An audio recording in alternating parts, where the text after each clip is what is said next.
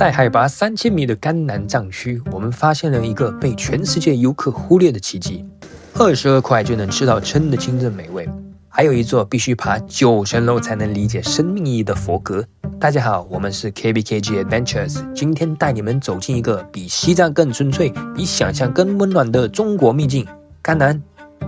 來到合作室的第一件事就是要暖暖我們的胃。我們找到了一家叫阿木爾老草的清真麵館，22塊錢一份套餐，竟然還有现煮的八宝茶。然后也有年脆的，年脆姐你看呀，多加点吧，糖这个好，我們這邊糖好的。這是冰糖啊，冰糖啊，可以。這個是什麼茶葉？這個是雲南普洱茶，再要點吧。啊，再加點。好的，讓我們這有個當時啊。好，謝謝。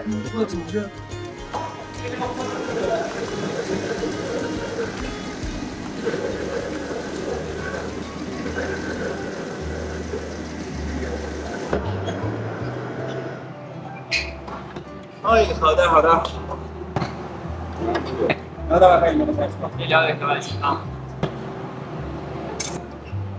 你們喜歡吃羊肉？因為這邊只有草原嘛，有羊的話，有羊多，羊肉。我們是穆斯林嘛，喜歡吃羊肉、牛肉、雞肉、鴨肉，其他的都不喜歡，不允許吃。好，謝謝。拍一下啦，拍一下。帥哥拍一下。好了，帥哥在這裡，謝謝你們，謝謝。今天呢，我們來到了合作室。對，然後剛剛我們叫了一個套餐，這個套餐非常的廉價，2碗麵2杯茶才22元。就是他們這裡的特色叫做清湯麵片，有一點像我們馬來西亞的那種像麵粉糕，可是呢又比較薄的。這是非常好吃的，大家看。還有呢，裡面是有那個番茄，清清甜甜，又有那個一點多蠻多的 sauce， 吃下去真的是非常開胃，還有一點點花椒，所以你會有那種麻辣。然後那個麵片的咬勁非常非常好。是泡白碗蓋子，裡面呢有雲南的普洱，有紅棗，有龍眼，這邊叫做桂圓。然後呢還有放一點冰。我們來喝一下。哇哦！真的是很香，很甜，很清甜。可以先試試看這個辣椒啊，試看一口辣椒。非常好吃，是香而不辣，真的是香而不辣。那個辣椒我多放一點都沒有問題。它增加了那種濃厚的。我覺得來到中國的每個朋友都一定要必備一下點評或者是美團這個 apps， 可以讓你找到很多好吃的，然後又划算又特別好吃。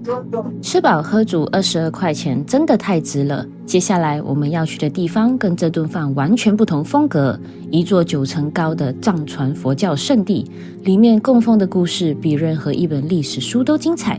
走吧，我們一起去米日熱巴佛閣。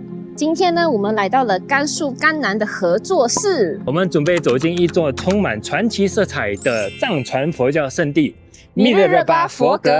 Let's go！ 一進門哦，就看到很多他們藏民還有密教的弟子們都在那邊虔誠頂禮。我們現在進去看一下。進去之前，我想跟大家講一個故事。因為如果你不了解米日熱巴是誰，你進去以後只會看到很漂亮的佛像。但如果你知道他的故事，你看到的會完全的不一樣。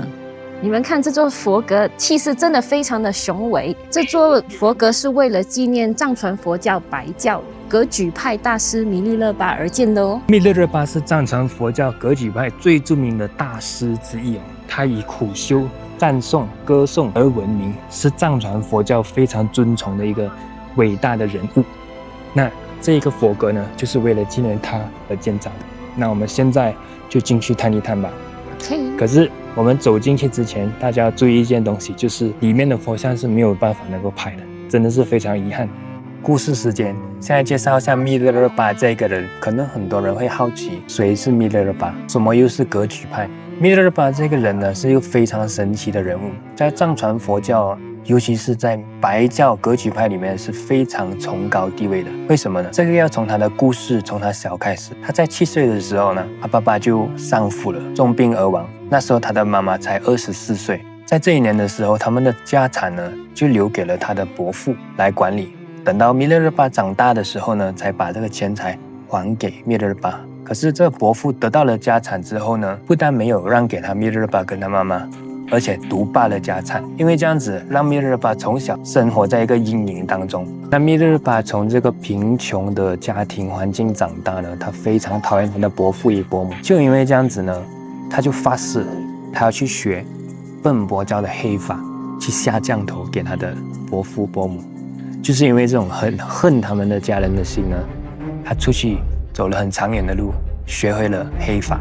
天空突然間烏雲密布，下了冰雹，就將35個人，他的親戚朋友們，全部以前折磨過他的，全部都給他殺光。可是在這個時候，米勒熱巴他不但沒有滿足感，他反而生了慚愧心。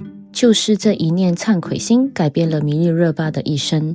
他開始四處尋訪名師，想要用修行來化解內心的罪孽。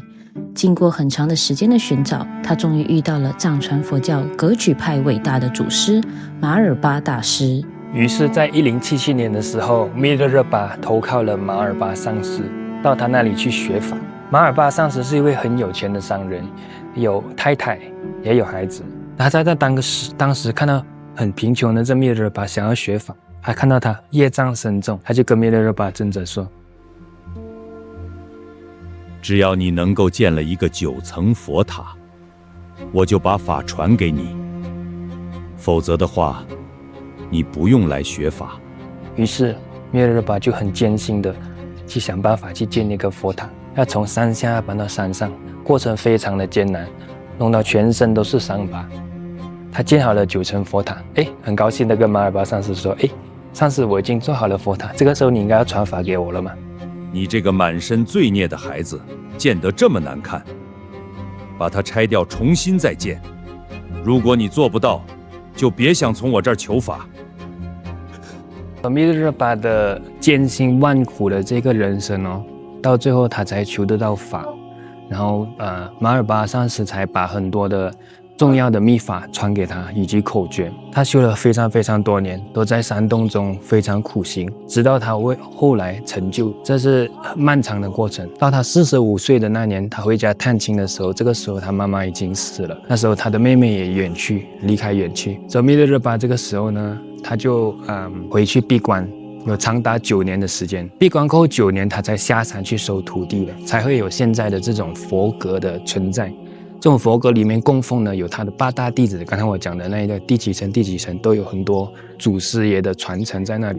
經過這麼多年的苦修，米勒熱巴終於成為了藏傳佛教歷史上最偉大的成就者之一。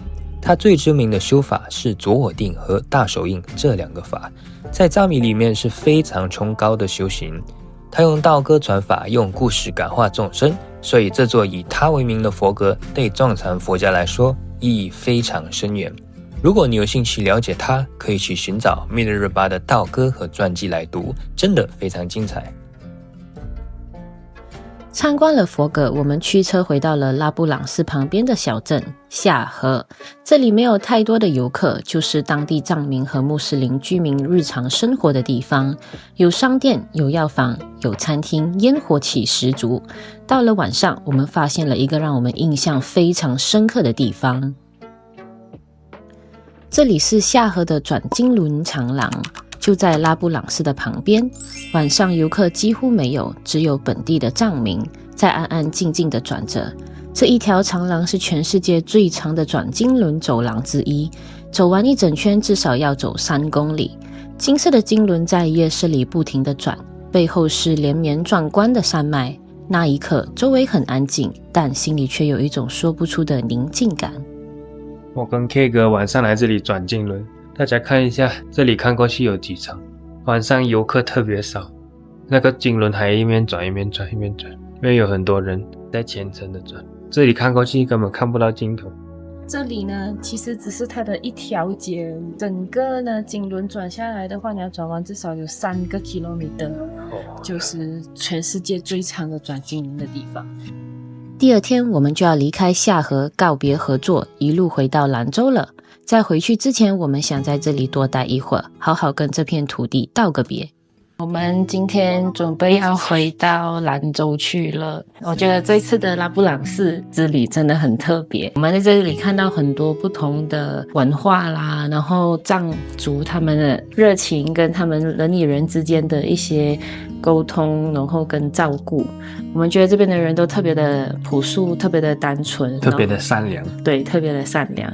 尤其是在現在的社會上呢，因為很多的城市化，或者是大家工作上比較忙，已經少了這一層人與人之間的關懷之類的。可是在這裡你都還可以看得見，然後就連可能一些小朋友啦，踢踢球就很滿足了，或者是說他們就是跌倒了都會有人扶，這個是很不一樣的感覺了。對，這一趟旅行是非常的特別，而且是出乎我們的意料。中國裡面還有這麼多的文化，這麼多的風俗，這麼多的當地民族，有不同的對待方式，還有善良的態度，所以值得我們去學習，值得我們去分享的。来到這個拉布朗士呢，學習到很多東西。